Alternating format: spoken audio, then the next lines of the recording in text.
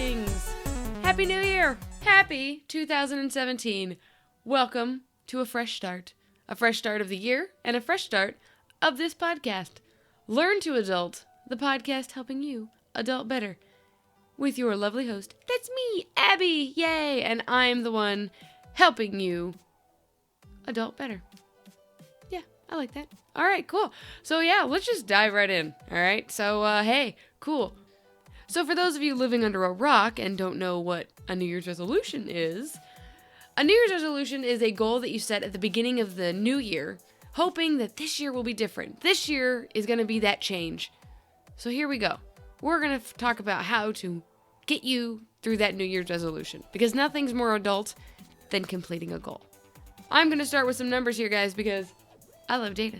All right? So, according to some research done by the University of Scranton, the percentage of 20-somethings who complete their New Year's resolutions is a staggering 39%. But the percentage of people overall who complete their resolution, no matter the age range, 8%. 8%. What? Okay, so they point out that half of the resolutions are self-improvement or education related.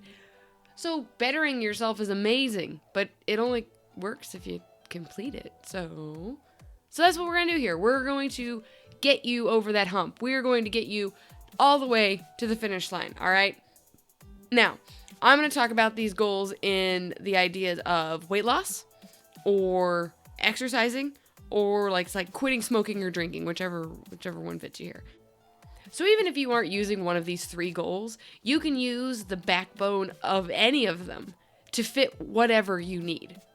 So your first step is obviously making the goal and defining it. That's the important part. To ensure that you are able to complete your resolution, this step is crucial.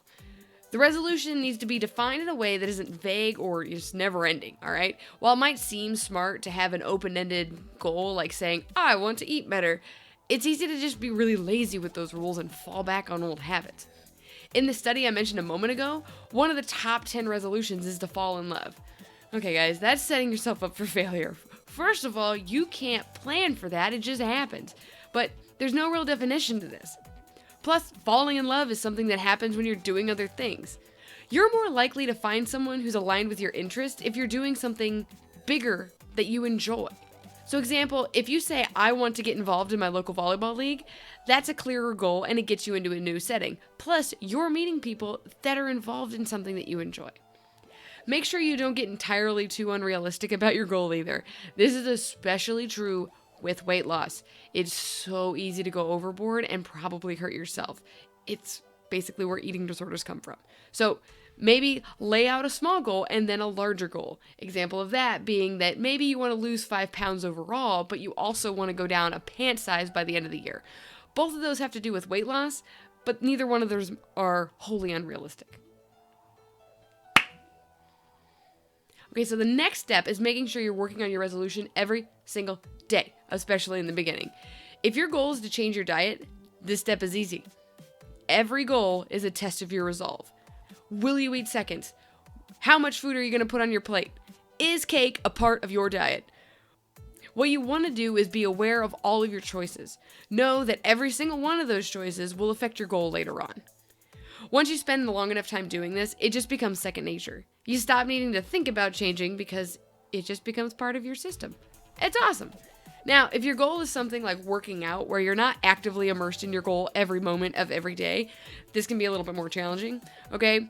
So on days that you're not out running or hitting the gym, you can take some time to map out your next exercising adventure. Maybe figure out what you're going to wear the next day, pack your gym bag, maybe go shopping for some new awesome exercise clothes. Whatever it's going to take to keep you on the path for your goal. Okay, so while the end goal is very important, it's also crucial that you stay motivated along the way. This can be done by setting mini goals within the big, broader one. Getting to those mini milestones, you're reaching a moment that, while it isn't your end goal, it's a great step in the right direction. And it also helps you stay motivated because you're getting to little checkpoints and you're saying, hey, this is awesome, I'm doing what I need to be doing every couple of steps, as opposed to just waiting this long slog to celebrate your final goal. Now, this also works for diets, works really well for it. Celebrate the days that you stick to your plan. And pro tip, make sure celebration cake is part of your plan every once in a while. Now, it's sometimes really hard to kick yourself in the butt and do what needs to be done all the time. So, that's why this next bit of advice is very important. Get a buddy. Find someone who shares your goal or will at least help you keep track of your goal. This person can cheer you along, but also sternly tell you to shape up if you start wandering off the trail. The obvious example here is a gym buddy, someone who will work out with you. You can set up times to go together, and you're both on the hook for going. The social obligation can sometimes outweigh your need to be lazy. Guilt is a powerful motivator. Someone who's also dieting can come to different restaurants with you while everyone else is out stuffing their face with Arby's at lunch. Someone who you can call if you feel like smoking or drinking or, eating too much celebration cake. Someone who's going to be your buddy or your sponsor along this way. Whatever you need. Just make sure that they're up for this task. You don't need someone slacking off on you when you're also waffling on your goals. You need someone who's going to help check that for you. Another good thing to do for yourself when working on your New Year's resolution is to remove the temptation. If you're trying to do something like quit smoking, remove the problem. Toss your packs, your lighters, your everything. If you get snowed into your house right now, there should be no way for you to be able to smoke no matter how bad you want to. That's the objective here. Make it harder to fail. This is also helpful when dieting. Throw out your cookies. Purge your house of snacks. The first few weeks of a diet change are the hardest, and you are not going to succeed if you're staring down a pack of Twinkies every single day. The Twinkies will always win. Always. So pitch them, or, donate them to a food pantry or just a friend in need. Good deeds are good for the soul. But how do you make this work for something like exercising more? Simple. Remove the ability not to do it. Pack your gym bag the night before and keep it in your car, or put it in front of your door so you don't leave without it. No. Pack your gym bag the night before, keep it in your car, or just park it in your front.